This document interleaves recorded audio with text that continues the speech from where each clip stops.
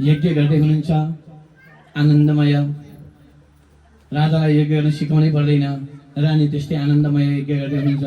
त्यही समयमा उता व्रतबन्धादी कर्म सकिएपछि गुरुसित आज्ञा लिएर ब्राह्मणदेव सानो टुकुर टुकुर छाता ओढ्नु भएको छ, कमण्डलु लिनुभएको छ, लौरो टेक्नु भएको छ। ब्राह्मण आएको देखेर राजाले यसो हेर्नुभयो, आहा कति राम्रो ब्राह्मण आएका रहेछन् भनेर ल्याएर स्वागत गरेर कुर्सीमा ल्याएर राख्नुभयो। आएर ब्राह्मण कुर्सीमा बस्नुभयो। आनन्दमय राजा बलि आनन्द तरिकाले आफ्नो पत्नीका साथमा भएर पूजा गर्दैछन्। आनन्दले ब्राह्मणलाई सेवा अर्चना वन्दना पूजन सबै सकेपछि घुम्नु बस्नुहोस् न, पछाडि अरू पनि हुनुहुन्छ तपाईँहरू भन्दा, यता झ्यालपडी आउनु पऱ्यो, यता पछ। त्यति भएपछि बलिले हात जोडेर भन्नुभयो, आज म धन्य भएँ। आज मैले गरेको जुन यज्ञादि जुन कर्म थियो, मेरा पितृहरूको आशीर्वाद होला यो आज मैले जुन प्राप्त गरेँ। मेरो यज्ञमा यति राम्रो ब्राह्मण आउनुभयो, धन्य रहेछु भनेर साह्रै खुसी भए बलि। विन्ध्यावली झन् खुसी भएकी छिन्। आनन्दले ब्राह्मणको सेवा सकेपछि अब ब्राह्मणसित गफ गर्नु पर्यो भनेर बलि प्रश्न गर्छन् ब्राह्मणलाई। ब्राह्मणले, हजुर हेर्नुहोस् न, कति सुन्दर, कति राम्रो, कति आनन्द। म त आज यति खुसी भइरहेछु कि के भन्नु त हजुरलाई। ब्राह्मणलाई, यज्ञमा आएका ब्राह्मणलाई दान पुण्य गर्नै पर्छ, दिनै पर्छ भन्ने चिजहरू बुझिरहेछु। त्यसले गर्दा हजुरलाई के दिउँ भनेर म त यति अलमला परिरहेछु कि के दिने हजुरलाई। सुन चाँदी हात्ती घोडा के दिउँ ब्राह्मणदेव भनेर राजा बलिले सोद्धा। बामन भन्नुहुन्छ, मलाई सुन चाँदी हात्ती घोडा केही चाहिएको छैन। के गर्नु र, म जस्तो साधु सन्तले त सुन चाँदी हात्ती घोडा बरु राजा महाराजालाई काम दिने चिज हो त, मलाई त चाहिँदैन बलि भनेर ब्राह्मणले भनेपछि बलि भन्छन्, होइन यज्ञमा आउनु भएको छ, दान त दिनै पर्छ, तर हेर हजुर कति राम्रो सुन्दर हुनुहुँदो रहेछ। मेरो राज्यमा ब्राह्मणका छोरीहरू कन्या केटीहरू छन्, विवाह गरौँ न हे, म बरु विवाह गरिदिन्छु नि भनेर बलिले भन्नुभयो।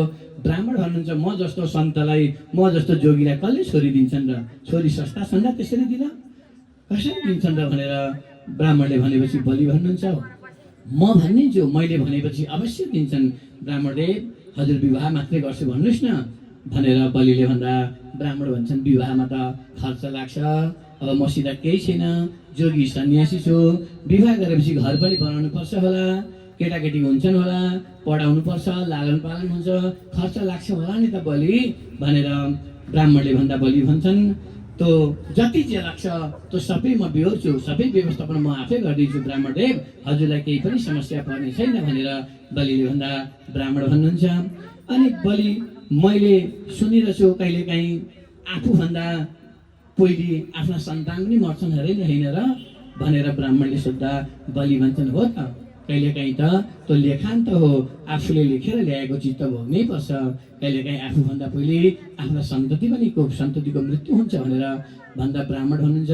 अनि रुनुपर्छ कि पर्दैन बलि महाराज त्यो समयमा भन्दा ब्राह्मणले त्यस भनेपछि बलि भन्नुहुन्छ, रुनुपर्छ नि, आफ्ना सन्तान मर्दा नरोएर हुन्छ भनेपछि ब्राह्मणले भन्नुभयो, त्यो रुने काम पनि हजुर गरिदिनुहुन्छ त भनेर ब्राह्मणले भन्दा बलि भन्नुहुन्छ, रुने काम त म गर्दिनँ, किनभने आफ्ना सन्तानको मृत्यु हुँदा आफैले रुनुपर्छ भनेर ब्राह्मणले भनेपछि बलिले भनेपछि ब्राह्मण भन्नुहुन्छ, अन्तिममा गएर रुनुपर्छ भने म विवाह गर्दिनँ, मलाई चाहिएको छैन, यही सन्यासी यही जोगी नै ठिक छ भनेर ब्राह्मणले भनेपछि बलि हाँसेर भन्न थाले, होइन रहेछ, बच्चो बिचार हेर घुमाइ फिराइ गरेर मलाई ल्याएर बोल्नु बनाउँछ त।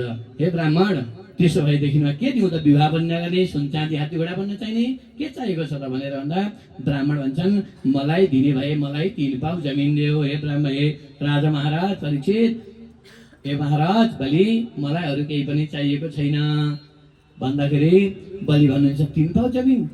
राजा बलिको यज्ञमा आएर पछि मेरा सन्ततिले के भन्नेछन्, हाम्रा पिता पुर्खाले यज्ञादि गर्दा ब्राह्मण आएका थिए अरे, 3 पाउ जमिन दान गर्नुभयो अरे भन्दा यो कलङ्क हुनेछ, त्यसले गर्दा 3 पाउ जमिन होइन, जति चाहिएको छ त्यति लिनुहोस् ब्राह्मणले भन्दा ब्राह्मण भन्छन्, म असन्तोषी ब्राह्मण होइन, म सन्तोषी छु, मलाई 3 पाउ भए पुगिहाल्छ, अरू मलाई चाहिएको छैन, त्यही पनि मेरै पाउले नापेको 3 पाउ जमिन चाहियो भनेपछि बलि भन्छन् ठिक छ त्यसो भएदेखिमा यो देखेको सेरो फेरो सबै मेरो, हजुरलाई कतापट्टि नाप्नु छ नाप्नुहोस् 3 पाउ भनेर भनेपछि ब्राह्मण भन्छन् म त्यसै नाप्दिनँ, सङ्कल्प नगरिकन म लिन्न भनेपछि बलिले भने विन्ध्यावली जाऊ गएर जल लिएर आऊ। विन्ध्यावली जल लिन भनेर गइन्। उता शुक्राचार्य गुरु थापाङ्ग कुदेर आउनु, हे राजन पख पख के गर्दैछौ तिमी यहाँ, के गर्न आँटेको यो? ओ गुरुदेव धन्य हो हजुर, शुभ समयमा आइदिनु भयो गुरुदेव। हेर्नुहोस् न ब्राह्मणका छोरा आएका छन्, दान लिने त्यही पनि 3 पाउ जमिन लिने, सङ्कल्प नगरिकन नलिने भनेर जिद्दी गर्दैछन्। हजुर शुभ समयमा आउनुभएछ, हजुरले सङ्कल्प पढिदिनुहोस् गुरुदेव, म दान गर्छु भनेर बलिले भन्दा शुक्राचार्य भन्छन् ध्यान दृष्टि पख बलि, मलाई विचार गर्न देऊ भनेर ध्यान गरेर शुक्राचार्यले विचार गर्नुभयो। हे बलि यी कोही साधारण पुरुष छैनन्, यी त देवताको कार्य पूर्ण गर्नको लागि छलिया विष्णु ब्राह्मणको भेषमा आएका हुन्। त्यसले गर्दा तिमी दिन्छु नभन, 3 पाउमा ठुलो राज लुकेको छ। हे बलि अहिले यदि तिमीले दिन्छु भन्यो भने तिम्रो सर्वस्व सकिन्छ भनेर गुरुले भन्दा बलि भन्छन् हे गुरुदेव हजुर कस्तो गुरु, दान पुण्य गर भन्नुपर्ने गुरुले त नदेऊ भन्नुहुन्छ।